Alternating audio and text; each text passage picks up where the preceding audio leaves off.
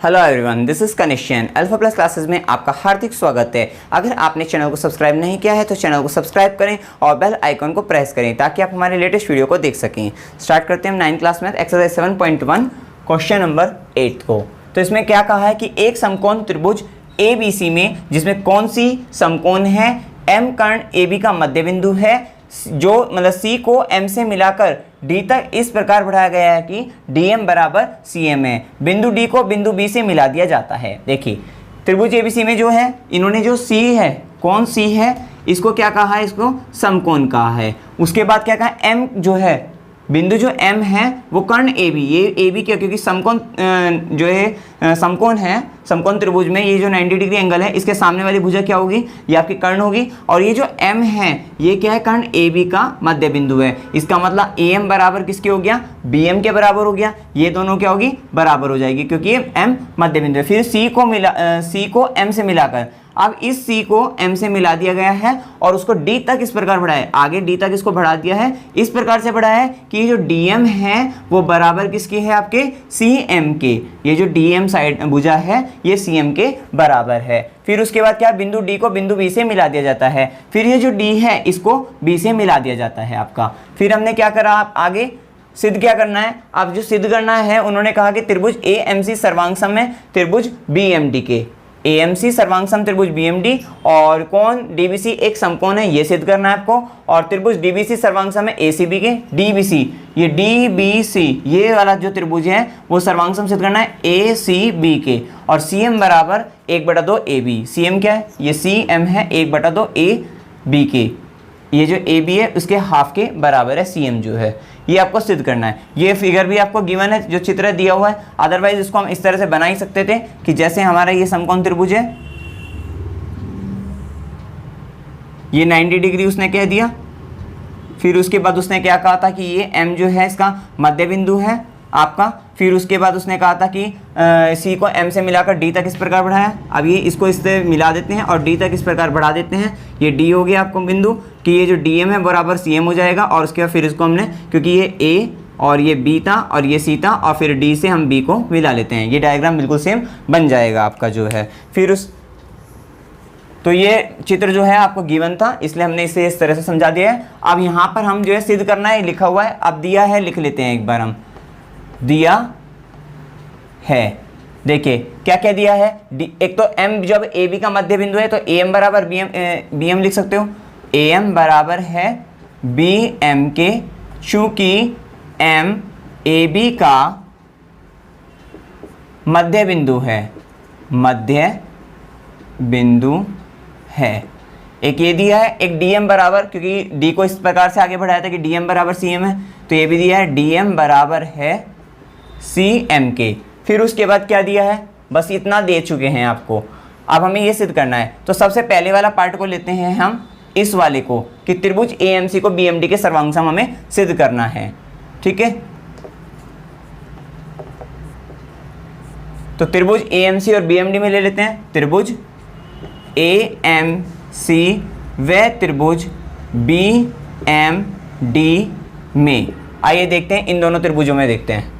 AMC ये वाला त्रिभुज हो गया AMC और BMD BMD ये हो गया। सबसे पहले तो हमने देखते हैं इसमें क्या क्या है। देखिए AM जो है वो BM के बराबर है।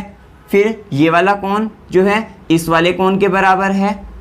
ठीक है, और उसके बाद क्या बराबर होगा आपका यहाँ पे, क्योंकि ये जो है, ये जो साइड है ये वाली, इसके ये जो DM है, DM जो है CM के बराबर है। मतलब आपकी दो तो भुजा हो गई और एक कोण हो गया। तो हम SAS सर्वांग समता कसौटी से इन दोनों त्रिभुजों को सर्वांग सम सिद्ध कर सकते हैं। देखिए, तो सबसे पहले हम लिख लेते हैं AM बराबर क्या होगा इसमें, BM, और ब्रैकेट में कर देते हैं, चूंकि M AB का मध्य बिंदु है।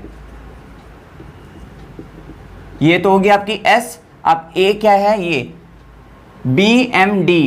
तो सबसे पहले हमने AMC त्रिभुज लिया है, तो कोण AMC, ये कोण क्या हो गया, इसके बराबर शीर्षाभिमुख कोण होते हैं। तो यहाँ पे लिख देंगे कोण AMC बराबर है कोण DM या BMD, और ब्रैकेट में कर देंगे शीर्षाभिमुख कोण।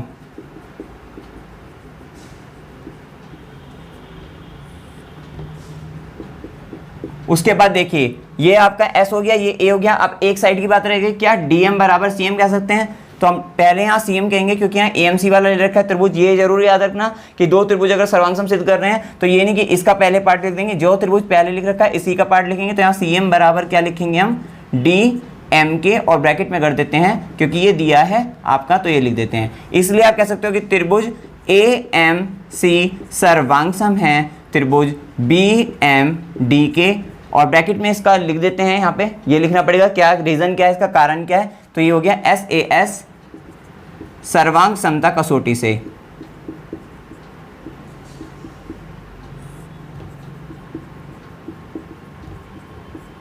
अब उसके बाद देखिए एक पार्ट आपका प्रूफ हो गया,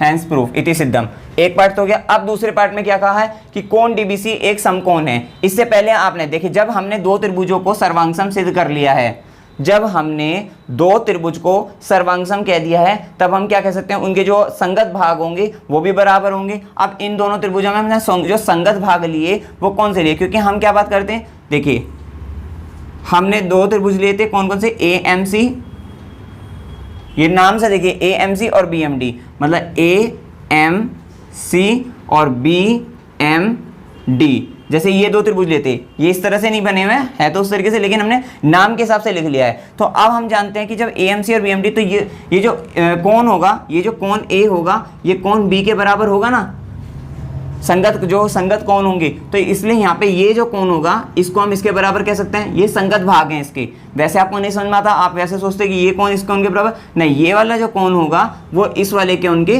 बराबर होगा। यहाँ से आपको पता लग गया होगा। तो ये कोण हो गया आपके संगत कोण। इसी तरह से ये वाली भुजा जो होगी ये इस वाली भुजा की, ये तो इससे पता लग रहा है आपको। तो हम यहाँ पे कह सकते हैं इसलिए AC जो है वो बराबर होगा किसके, BD के। भाई AC इसलिए क्योंकि त्रिभुज पहले ही वाला ले रखा था हमने AMC, तो AC बराबर BD के, और कॉमा करके हम कह सकते हैं ये वाला कौन कौन सा आपका, ये देखिए ABD, ये जो कोण है पहले हम जो है इस वाले का कोण ले लेते हैं, मतलब AMC वाले का, तो हम MAC लेंगे। तो कोण MAC बराबर होगा कोण, फिर इस वाले का लेंगे BMD वाले का, तो यहाँ पे ले लेंगे हम MBD, कोण MBD, और यहाँ पे ब्रैकेट में लिख देंगे CPCT से, क्योंकि ये क्या है, ये कॉरस्पॉन्डिंग पार्ट है, कॉरस्पॉन्डिंग भाग है, संगत भाग सॉरी, ठीक है। तो यहाँ से आपको ये समझ में आ गया।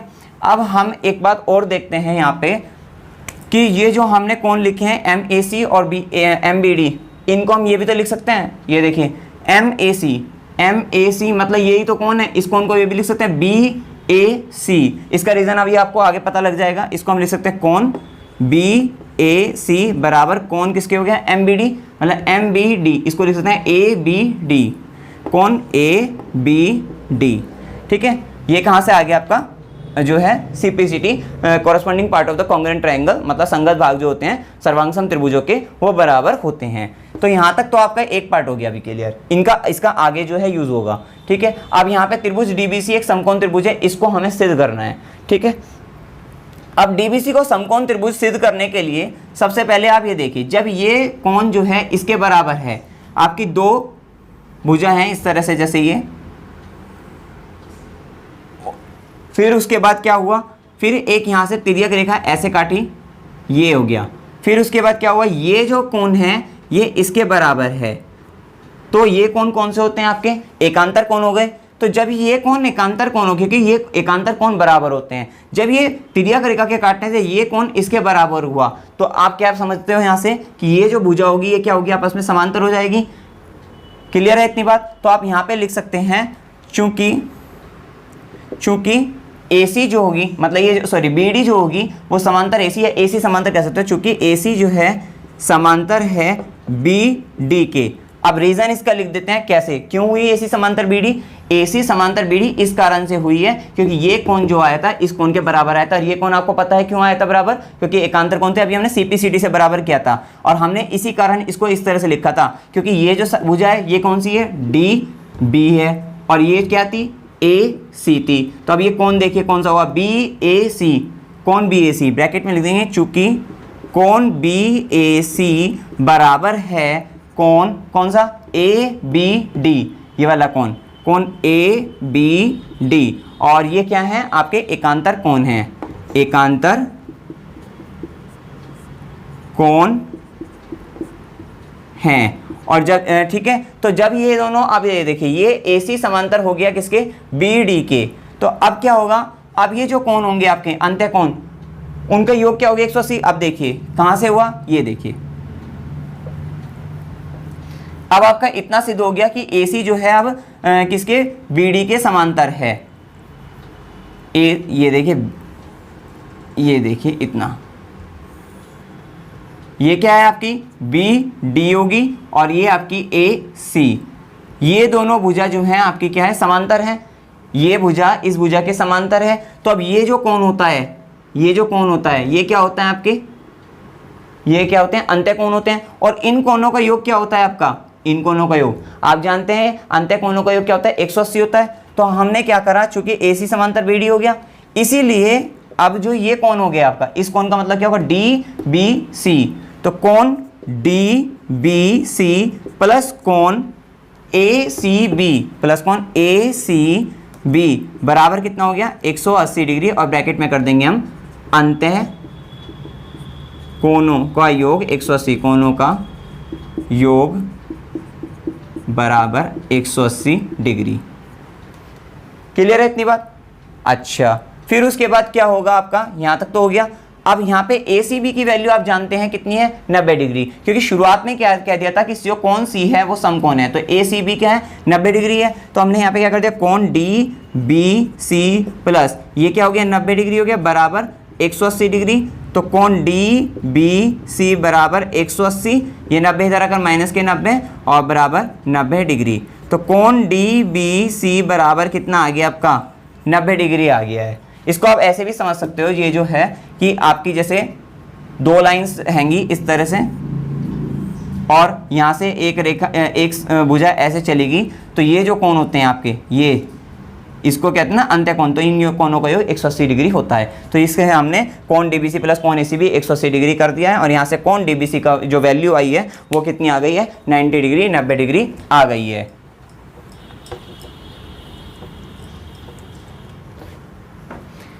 तो आपका ये वाला जो पार्ट है सेकंड पार्ट भी हो गया, ये सेकंड पार्ट हो गया आपका। यहाँ से हैंस प्रूफ सिद्ध हो गया कि आपका जो कोण DBC है समकोण है। अब अगले पार्ट पे चलते हैं, थर्ड पार्ट पे त्रिभुज DBC और ACB की बात करनी है। देखिए त्रिभुज DBC, इसको अभी आप अलग से देखना चाहे अलग से देख सकते हो। वैसे तो इसमें देखो सिंपल दिख रहा है DBC और ACB, जिसमें BC क्या हो गई आपकी उभयनिष्ठ हो गई, BC उभयनिष्ठ होती है, हो गई ना इसमें। और साथ साथ इसमें BD बराबर AC, AC बराबर BD अभी हमने जो है CPCT से सिद्ध किया ही था।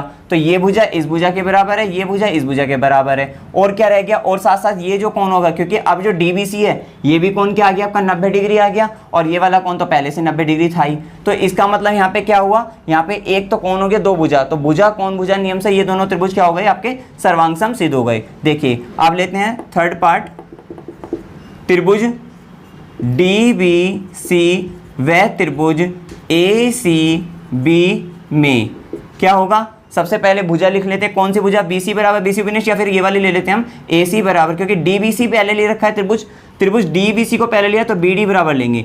BD बराबर किसके है आपके AC के।